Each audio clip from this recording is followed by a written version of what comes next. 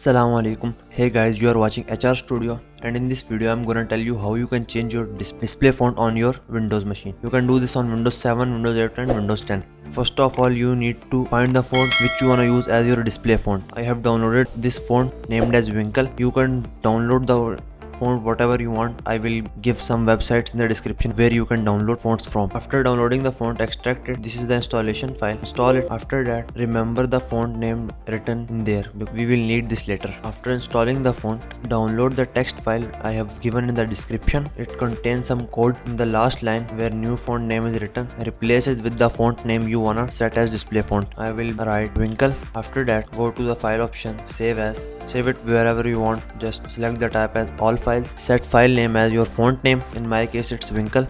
In the last, type .reg and then save. It has been saved. Now right click on it and select merge. It has been added into your registry editor. Once you will restart your PC, your font will be changed. Now let's do this. After restarting my PC, my font's been changed. Although it's not looking pretty, but it was a tutorial to teach you how you can change font.